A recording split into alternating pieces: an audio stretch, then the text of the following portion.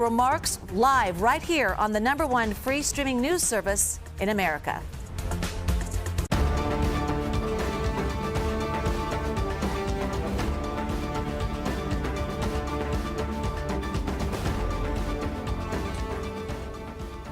This is a CBS News special report. I'm Tony DeCopel. For those of us expecting Survivor, we want to let you know it will continue right where it left off. But we are coming on the air now because President Trump has formally requested this time to address the nation with what the White House is calling an important update on the war with Iran. As soon as the president finishes, we will get back to regular programming. Some background on this moment as we await the president. He is speaking as the national average for gas tops $4 a gallon, prices we haven't seen in 4 years. And we all know the reason at this hour. It's because Iran has effectively blocked the Strait of Hormuz, one of the world's busiest oil shipping channels, where about 20% of the world's oil and gas pass through. That's the strait on your screen. Meanwhile, the president's approval rating on the economy has dropped to 36%. The war may be having an effect. You'll recall it started February 28th with U.S. and Israeli airstrikes targeting Iran's air defenses and killing that country's leader. Since then, more than 12,000 targets have been hit. And since the war began, there have been U.S. casualties. 13 U.S. service members have been killed, another 348 injured, although most, we are told, have been able to return to service. A recent CBS News poll finds 60% of Americans in evaluating this war disapprove of the U.S. taking military action against Iran, as we see the first appearance of the president tonight. Just today, he said he is, quote, absolutely considering withdrawing from NATO for not supporting the war. Good evening. Let's listen in. Let me begin by congratulating the team at NASA and our brave astronauts on the successful launch of Artemis II. It was quite something. It will be traveling further than any manned rocket has ever flown and will very substantially pass the moon, go around it, and come back home from a distance that has never been done before. It's amazing. They are on the way, and God bless them. These are brave people. We want to God bless those 4 unbelievable astronauts. As we speak this evening, it's been just 1 month since the United States military began Operation Epic Fury, targeting the world's #1 state sponsor of terror, Iran. In these past 4 weeks, our armed forces have delivered swift, decisive, overwhelming victories on the battlefield. Victories like few people have ever seen before. Tonight, Iran's Navy is gone. Their Air Force is in ruins. Their leaders, most of them terrorist regime they led, are now dead. Their command and control of the Islamic Revolutionary Guard Corps is being decimated as we speak. Their ability to launch missiles and drones is dramatically curtailed, and their weapons, factories, and rocket launchers are being blown to pieces. Very few of them left. Never in the history of warfare has an enemy suffered such clear and devastating large-scale losses in a matter of weeks. Our enemies are losing in America, as it has been for 5 years under my presidency, is winning, and now winning bigger than ever before. Before discussing this current situation, I also want to thank our troops for the masterful job they did in taking the country of Venezuela in a matter of minutes. That hit was quick, lethal, violent, and respected by everyone all over the world. After rebuilding our military during my first term, we have by far the strongest military anywhere in the world. And now we're working along with Venezuela and are, in a true sense, joint venture partners. We're getting along incredibly well in the production and sale of massive amounts of oil and gas, the second largest reserves on Earth after the United States of America. We're now totally independent of the Middle East, and yet we are there to help. We don't have to be there. We don't need their oil. We don't need anything they have, but we're there to help our allies. Tonight, I want to provide an update on the tremendous progress our warriors have made in Iran and discuss why Operation Epic Fury is necessary for the safety of America and the security of the free world. From the very first day I announced my campaign for president in 2015, I have vowed that I would never allow Iran to have a nuclear weapon. This fanatical regime has been chanting death to America, death to Israel for 47 years. Their proxies were behind the murder of 241 Americans in the Marine barracks bombing in Beirut, the slaughter of hundreds of our service members with roadside bombs. They were involved in the attack on the USS Cole, and they carried out the countless other heinous acts, including the just horrible, bloody atrocities of October 7th in Israel, something that most people have never seen anything like it. This murderous regime also recently killed 45,000 of their own people who were protesting in Iran. 45,000 dead. For these terrorists to have nuclear weapons would be an intolerable threat. The most violent and thuggish regime on earth would be free to carry out their campaigns of terror, coercion, conquest, and mass murder from behind a nuclear shield. I will never let that happen, and neither should any of our past presidents. This situation has been going on for 47 years and should have been handled long before I arrived in office. I did many things during my 2 terms in office to stop the quest for nuclear weapons by Iran first, and perhaps most importantly, I killed General Qasem Soleimani in my first term. He was an evil genius, brilliant person, a horrible human being, however, the father of the roadside bomb, and he lived just horrible what he did. Iran would have been perhaps in far better, stronger position. Had he lived, we would have had probably a different conversation tonight. But you know what? We'd still be winning and winning big. And then, very importantly, I terminated Barack Hussein Obama's Iran nuclear deal, a disaster. Obama gave them $1.7 billion in cash, green cash, took it out of banks from Virginia, D.C., and Maryland, all the cash they had. He flew it by airplanes in an attempt to buy their respect and loyalty, but it didn't work. They laughed at our president and went on with their mission to have a nuclear bomb. His Iran deal would have led to a colossal arsenal of massive nuclear weapons for Iran, and they would have had them years ago, and they would have used them. It would have been a different world.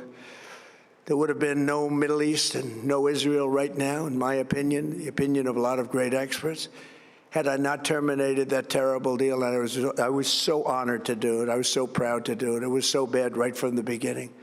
Essentially, I did what no other president was willing to do. They made mistakes, and I am correcting them. My first preference was always the path of diplomacy, yet the regime continued their relentless quest for nuclear weapons and rejected every attempt at an agreement. For this reason, in June, I ordered a strike on Iran's key nuclear facilities, an Operation Midnight Hammer. Nobody's ever seen anything like it. Those beautiful B-2 bombers performed magnificently. We totally obliterated those nuclear sites. The regime then sought to rebuild their nuclear program at a totally different location, making clear they had no intention of abandoning their pursuit of nuclear weapons. They were also rapidly building a vast stockpile of conventional ballistic missiles and would soon have had missiles that could reach the American homeland, Europe, and virtually any other place on Earth. Iran's strategy was so obvious. They wanted to produce as many missiles as possible, and they did, with the longest range possible, and they had some weapons that nobody believed they had. We just learned that out. We took them out. We took them all out so that no one would really dare stop them. And their race for a nuclear bomb, a nuclear weapon like nobody's ever seen before. They were right at the doorstep. For years, everyone has said that Iran cannot have nuclear weapons, but in the end, those are just words if you're not willing to take action when the time comes. As I stated in my announcement of Operation Epic Fury, our objectives are very simple and clear.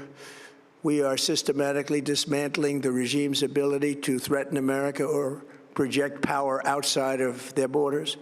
That means eliminating Iran's Navy, which is now absolutely destroyed, hurting their Air Force and their missile program at levels never seen before, and annihilating their defense industrial base. We've done all of it. Their Navy is gone. Their Air Force is gone. Their missiles are just about used up or beaten. Taken together, these actions will cripple Iran military, crush their ability to support terrorist proxies, and deny them the ability to build a nuclear bomb. Our armed forces have been extraordinary. There's never been anything like it militarily. Everyone is talking about it, and tonight I'm pleased to say that these core strategic objectives are nearing completion. As we celebrate this progress, we think especially of the 13 American warriors who have laid down their lives in this fight to prevent our children from ever having to face a nuclear Iran. Twice this past month, I have traveled to Dover Air Force Base, and it's been something. I wanted to be with those heroes as they return to American soil, and I was with them and their families, their parents, their wives, their husbands. We salute them, and now we must honor them by completing the mission for which they gave their lives. And every single one of the people, their loved ones said, "Please, sir, please finish the job," every one of them. And we are going to finish the job, and we're going to finish it very fast. We're getting very close. I want to thank our allies in the Middle East, Israel, Saudi Arabia, Qatar, the UAE, Kuwait, and Bahrain. They've been great, and we will not let them get hurt or fail in any way, shape, or form. Many Americans have been concerned to see the recent rise in gasoline prices here at home. This short-term increase has been entirely the result of the Iranian regime launching deranged terror attacks against commercial oil tankers in neighboring countries that have nothing to do with the conflict. This is yet more proof that Iran can never be trusted with nuclear weapons. They will use them, and they will use them quickly. It would lead to decades of extortion, economic pain, and instability worse than we can ever imagine. The United States has never been better prepared economically to confront this threat. You all know that. We built the strongest economy in history. We're going through it right now, the strongest in history. In 1 year, we've taken a dead and crippled country. I hate to say that, but we were a dead and crippled country after the last administration and made it the hottest country anywhere in the world by far, with no inflation, record-setting investments coming into the United States, over $18 trillion, and the highest stock market ever, with 53 all-time record highs in just 1 year. It all positioned us to get rid of a cancer that has long simmered. It's known as the nuclear Iran, and they didn't know what was coming. They've never imagined it. Remember, because of our Drill Baby Drill program, America has plenty of gas. We have so much gas. Under my leadership, we are #1 producer of oil and gas on the planet, without even discussing the millions of barrels that we're getting from Venezuela. Because of the Trump administration's policies, we produce more oil and gas than Saudi Arabia and Russia combined. Think of that, Saudi Arabia and Russia combined. And that number will soon be substantially higher than that. There's no country like us anywhere in the world, and we're in great shape for the future. The United States imports almost no oil through the Hormuz Strait and won't be taking any in the future. We don't need it. We haven't needed it, and we don't need it. We've beaten and completely decimated Iran. They are decimated, both militarily and economically and in every other way. And The countries of the world that do receive oil through the Hormuz Strait must take care of that passage. They must cherish it. They must grab it and cherish it. They can do it easily. We will be helpful, but they should take the lead in protecting the oil that they so desperately depend on. So to those countries that can't get fuel, many of which refuse to get involved in the decapitation of Iran, we had to do it ourselves. I have a suggestion. Number one, buy oil from the United States of America. We have plenty. We have so much. And number two, build up some delayed courage. Should have done it before. Should have done it with us, as we asked. Go to the Strait and just take it, protect it, use it for yourselves. Iran has been essentially decimated. The hard part is done, so it should be easy. And in any event, when this conflict is over, the Strait will open up naturally. It'll just open up naturally. They're going to want to be able to sell oil because that's all they have to try and rebuild. It will resume the flowing, and the gas prices will rapidly come back down. Stock prices will rapidly go back up. They haven't come down very much, frankly. They came down a little bit, but they've had some very good days over the last couple of days. We've done actually much better than I thought, but we had to take that little journey to Iran to get rid of this horrible threat. With our historic tax cuts, where people are just now talking about receiving larger refunds than they ever thought possible, they are getting so much more money than they thought. That's from the great, big, beautiful bill. Our economy is strong and improving by the day, and it will soon be roaring back like never before. It will top the levels that it was a month ago. I've made clear from the beginning of Operation Epic Fury that we will continue until our objectives are fully achieved. Thanks to the progress we've made, I can say tonight that we are on track to complete all of America's military objectives shortly, very shortly. We're going to hit them extremely hard over the next 2 to 3 weeks. We're going to bring them back to the Stone Ages where they belong. In the meantime, discussions are ongoing. Regime change was not our goal. We never said regime change, but regime change has occurred because of all of their original leaders' death. They're all dead. The new group is less radical and much more reasonable. Yet if during this period of time no deal is made, we have our eyes on key targets. If there is no deal, we are going to hit each and every one of their electric generating plants very hard and probably simultaneously.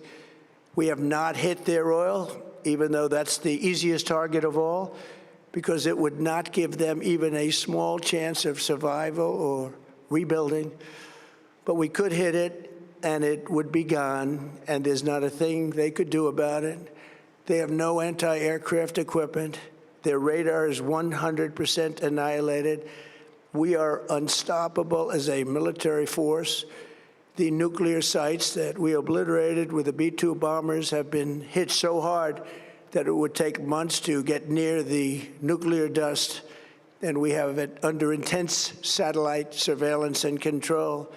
If we see them make a move, even a move for it, we'll hit them with missiles very hard again. We have all the cards, they have none. It's very important that we keep this conflict in perspective. American involvement in World War I lasted 1 year, 7 months, and 5 days. World War II lasted for 3 years, 8 months, and 25 days. The Korean War lasted for 3 years, 1 month, and 2 days. The Vietnam War lasted for 19 years, 5 months, and 29 days. Iraq went on for 8 years, 8 months, and 28 days. We are in this military operation, so powerful, so brilliant, against one of the most powerful countries for 32 days. And the country has been eviscerated and essentially is really no longer a threat. They were the bully of the Middle East, but they're the bully no longer. This is a true investment in your children and your grandchildren's future. The whole world is watching, and they can't leave the power, strength, and brilliance. They just can't believe what they're seeing. They leave it to your imagination, but they can't believe what they're seeing, the brilliance of the United States military. Tonight, every American can look forward to a day when we are finally free from the wickedness of Iranian aggression and the specter of nuclear blackmail. Because of the actions we have taken, we are on the cusp of ending Iran's sinister threat to America and the world. And I'll tell you, the world is watching. And when we do, when it's all over, the United States will be safer, stronger, more prosperous, and greater than it has ever been before. May God bless the men and women of the United States Armed Forces, and may God bless the United States of America. Thank you very much, and good night. You've been listening to President Donald Trump, who requested this time to address the nation. As promised, it was an update on the war in Iran, also the political effects this war is having here at home. Gas prices, a subject he addressed. He said the increases we've experienced nationally are short-term increases. On the military objectives in Iran, he said they're on track and they will complete those objectives shortly. 2 to 3 weeks we got as a timetable once again. At issue, the Strait of Hormuz, the blockage there is what's causing oil to skyrocket overall and drive gas prices up here in the U.S. The president said the strait would open up naturally, but at another point he said people who need that oil should go and take it, exhorting some of the allies in the region to do so. Let's turn to Chief White House correspondent Nancy Cordes, who's been watching and listening along with me. Nancy, what stood out to you? Well, Tony, the president tried to put this conflict in some historical context to basically argue that other major wars in history have lasted a lot longer than this one is going to. He is well aware that it's an unpopular war with many Americans, so he wanted to make it clear that it's not going to last much longer. He said that he had to wage war because Iran was closer to getting a nuclear weapon than most energy experts believe. And when he said that other countries should go in and take the oil, that the strait is just going to open up naturally, I can tell you most countries do not believe that. In fact, the UK is hosting a virtual summit with 35 countries tomorrow to discuss how they are going to get a hold of their oil once this conflict is over. All right, Nancy Cordes for us tonight. We're going to leave it there. Our coverage will continue on CBS News 24/7 on your local news and tomorrow on CBS Mornings. Many of you will now return, as promised, to Survivor. This has been a CBS News Special Report. I'm Tony DeCopel. Good night.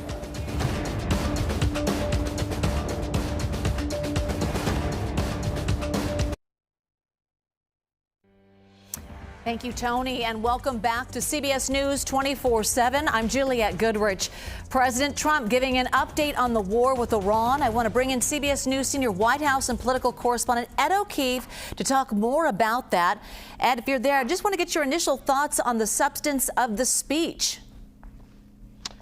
Well, Jules, this was designed, according to the White House at least, to be an update on what was going on and some sense of the way forward. And if you're someone who has not been paying close attention or not listening directly to the president, yes, it probably did provide you some sense of a refresh. But for those that have been following this closely here in the United States and around the world, there wasn't much new in this address. And even his suggestion of how much longer this could take, saying it'll end shortly and then suggesting 2 to 3 weeks, as he often does for many things he does, not necessarily a firm commitment to an end date by any means. And that comparison of this 32-day conflict so far to wars that lasted several years, clearly designed to minimize and assuage the concerns of people who are concerned that this is going to continue for quite some time in an open-ended way and potentially begin to really cost Americans, at the gas pump and then elsewhere.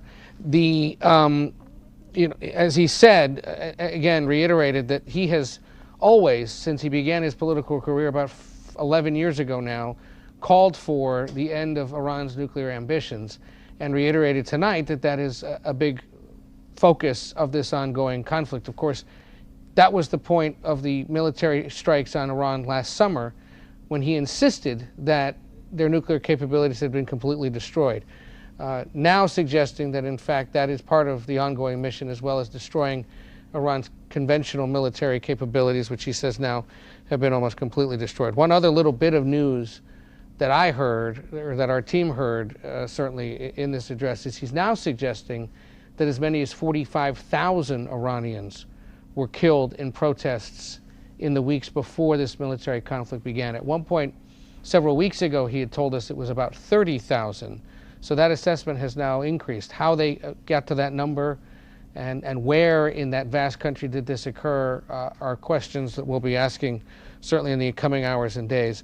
But otherwise, this was, essentially a refresh or a modest attempt at updating. And there was very little conversation as well, Jules, I would argue, about the fact that gas prices have hit record highs now for the first time in 4 years, above $4 a gallon. Often in these instances, when the polling starts to show that things are going poorly for a president, they want to take advantage of this opportunity, addressing the country, getting the airtime to do so from the broadcast networks, to sort of say, I feel your pain, I understand your concern.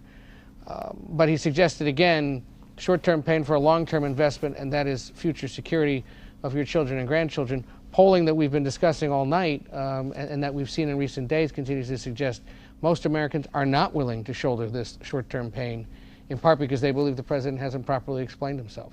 Yeah, it'll be interesting to see where the polling stands now after this. Ed O'Keefe, Ed, thank you so much. Let's now bring in J.D. Simpkins, editor-in-chief of the Military Times and also a Marine and veteran of the Iraq War. We spoke to you before the president addressed the nation, so now let's talk to you after the fact. What are your big takeaways from the speech?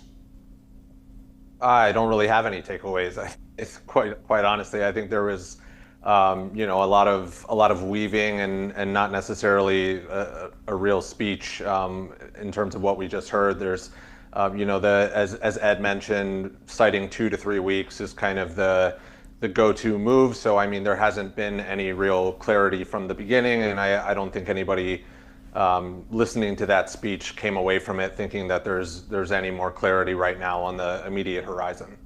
Yeah, for the timing of this speech, all of us asking why tonight, there really wasn't a lot of clarity and not clear objectives. No, there wasn't. And as we discussed previously, he did go into some of the military successes, but those successes, while impressive from a military standpoint, do not equate to strategic outcomes. So, depending on how long this runs, what type of troops might be involved, or what the exit strategy is, I think you're still going to see a prolonged conflict in the Strait of Hormuz that could last a lot longer than anybody is discussing right now. Did anything surprise you?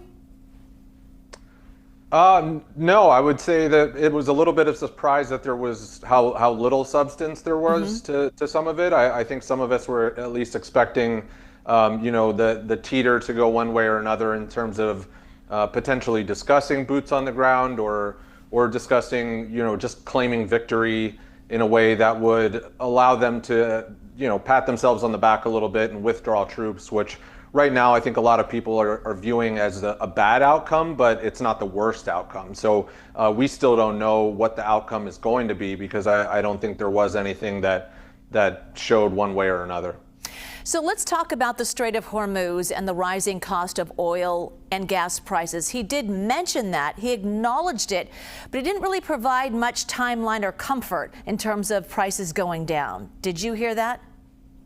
No, I didn't. And I think if the U.S. and if President Trump wanted to walk away from the Strait entirely, as we've discussed, this doesn't necessarily mean any conclusion to the conflict. I would expect to see a protracted one, whether it is Iran using one-off attacks on cargo shipping or higher intensity prolonged attacks. This is something that specifically benefits Iran, and they have pretty significant leverage in terms of being able to buy time to resupply and incorporate other actors in the region. So, Iran's long-term strategy is ultimately, as we've known, they dragging things on and bleeding regional countries dry across various industries, which, whether it's oil, tourism included. So I think it's a paramount area that we're not seeing necessarily any defined outcomes still, and I don't know when we will or what type of outcome that'll be once we do hear about it. Yeah, so as we leave and we continue with the CBS Evening News, J.D. Simpkins, it seemed like it was just an update. It was vague and it was surprising for the president. So, J.D., thank you so much. Appreciate that and your time before and after his speech. All right, we're going to get to CBS News Evening News with Tony DeCopel. I'm Juliette Goodrich, and you're watching the #1 free streaming news service in America, CBS News 24/7 Primetime. Good to be with you. I'm Tony DeCopel. The breaking news right now. For years, everyone has said that Iran cannot have nuclear weapons, but in the end, those are just words if you're not willing to take action when the time comes. President Trump and the war with Iran, his primetime address to the nation. Just moments ago, what he said about an end date and America's NATO allies. Chief White House correspondent Nancy Cordes standing by. And liftoff. Humanity's next great voyage begins. Also developing tonight, liftoff for Artemis II, America's first moon mission in more than a half century. What it means for a new era of exploration. We have a beautiful moonrise. We're headed right at it. All the memorable moments for astronauts, their goodbyes to family, and the history now coming into focus. What the crew is doing right now. Team coverage from Cape Canaveral. And a surprise at the Supreme Court.